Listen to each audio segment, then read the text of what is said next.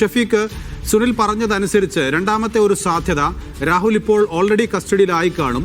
തുടർന്ന് അദ്ദേഹത്തെ ഈ പരിസരത്ത് എവിടെയെങ്കിലും ആണെങ്കിൽ പെട്ടെന്ന് മജിസ്ട്രേറ്റ് മുമ്പിൽ ഹാജരാക്കുക എന്നുള്ള ലക്ഷ്യം ഒരുപക്ഷെ ഉണ്ടാകാനുള്ള സാധ്യതയുണ്ട്. അങ്ങനെയെങ്കിൽ കോടതിയിൽ അല്ലെങ്കിൽ കോടതിയുടെ തൊട്ട് പരിസരത്തൊക്കെ തന്നെയാണോ ഈ മജിസ്ട്രേറ്റൊക്കെ താമസിക്കുന്നത്? അദ്ദേഹം അവിടെ സ്ഥലത്തുണ്ടോ തുടങ്ങിയ കാര്യങ്ങളെക്കുറിച്ചൊക്കെ വിവരമുണ്ടോ?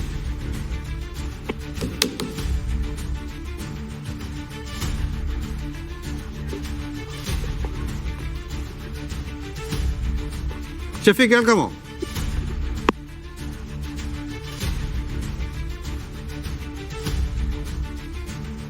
കോടതിയുടെ മുൻപിൽ നേരത്തെ സൂചിപ്പിച്ചതുപോലെ വലിയ ഒരു പോലീസ് സന്നാഹം ഒരുക്കിയിട്ടുണ്ട്. ഇവിടെ നേരത്തെ കോടതി സമയത്ത് ഇവിടെ എത്തും എന്നതായിരുന്നു സൂചന. കോടതി സമയത്ത് ഇവിടെ എത്തും എന്ന സൂചനയുണ്ടായിരുന്നെങ്കിലും ആ സമയം വരെയും രാഹുൽ മാങ്കൂട്ടത്തിൽ കീഴടങ്ങാൻ ഇവിടെ എത്തിയിരുന്നില്ല. ഇപ്പോൾ ഇവിടെ എത്തിയതിനു ശേഷം കോടതിയിൽ തൊട്ടടുത്ത് തന്നെയാണ് മജിസ്ട്രേറ്റിന്റെയും താമസ സ്ഥലം. അവിടെയും കീഴടങ്ങാനുള്ളൊരു സാധ്യതയുണ്ട്. അങ്ങനെയാണെങ്കിൽ ഇപ്പോൾ പോലീസ് സൂചിപ്പിക്കുന്നതനുസരിച്ച് ഈ ഭാഗത്ത് എത്താനുള്ള ഒരു സാധ്യത പരിഗണിച്ചുകൊണ്ട് തന്നെയാണ് ഈ സന്നാഹം ഇവിടെ ഒരുക്കിയിട്ടുള്ളത്. പക്ഷേ ഏതെങ്കിലും അർത്ഥത്തിൽ ഇവിടെ എത്തും എന്നതിനെ കുറിച്ചുള്ള കൃത്യമായ വിവരം പോലീസ് കൈമാറുന്നില്ല. അതോടൊപ്പം നേരത്തെ സൂചിപ്പിച്ചതുപോലെ പോലീസ് ഈ ലൊക്കേഷൻ ട്രേസ് ചെയ്യുകയും ലൊക്കേഷൻ ട്രേസ് ചെയ്തതിനു ശേഷം കസ്റ്റഡിയിൽ എടുത്തിട്ടുണ്ടോ എന്നതടക്കമുള്ള കാര്യങ്ങളിൽ ഒരു സൂചന നൽകിയിട്ടില്ല.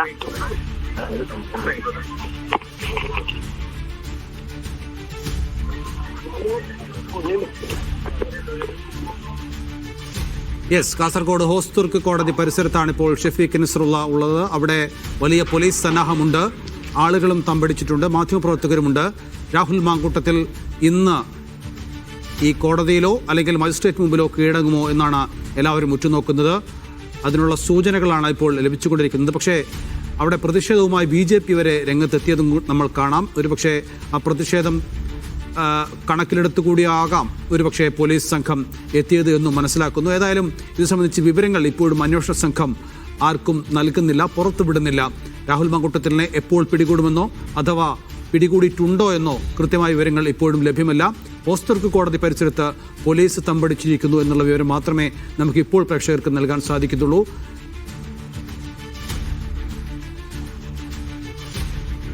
ഷഫീഖ്, BJP പ്രവർത്തകരൊക്കെ തമ്പടിച്ചിട്ടുണ്ടല്ലോ. രാഹുൽ മാങ്കൂട്ടത്തിൽ ഇങ്ങോട്ടേക്ക് എത്തുമെന്നുള്ള സൂചന അവർക്കൊക്കെ ലഭിച്ചോ?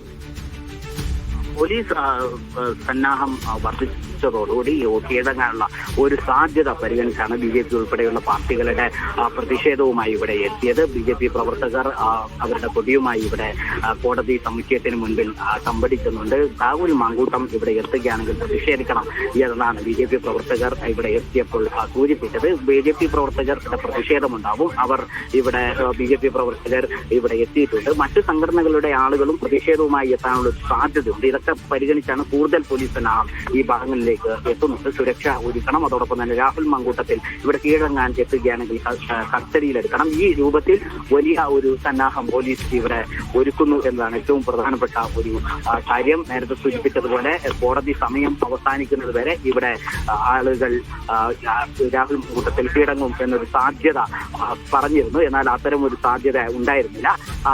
രാഹുൽ മാങ്കൂട്ടത്തിൽ ആ സമയത്ത് എത്തിയില്ല. പിന്നീടാണ് കോടതി പിരിഞ്ഞതിന് ശേഷമാണ് വലിയ പോലീസ് സന്നാഹം ഇവിടെ എത്തിയത്. ആ പോലീസ് സന്നാഹം ഡിവൈഎസ്പിയുടെ നേതൃത്വത്തിലുള്ള വലിയ പോലീസ് സന്നാഹം എത്തിയപ്പോഴാണ് നാട്ടുകാരും പ്രതിഷേധക്കാരും വിവിധ സംഘടനകളുടെ പ്രതിഷേധക്കാരും ഇവിടെ എത്തി. രാഹുൽ മാങ്കൂട്ടം ഇവിടെ എത്തും എന്നൊരു പ്രതീക്ഷയുണ്ട്. ആ പ്രതീക്ഷ പോലീസിന് നമുക്ക് ലഭ്യമാവുന്ന വിവരം അനുസരിച്ച് ഇവിടെ എത്തും എന്നതിനെ കുറിച്ചുള്ള വലിയ സൂചനകൾ അവർ പുറത്തുവിടുന്നില്ല.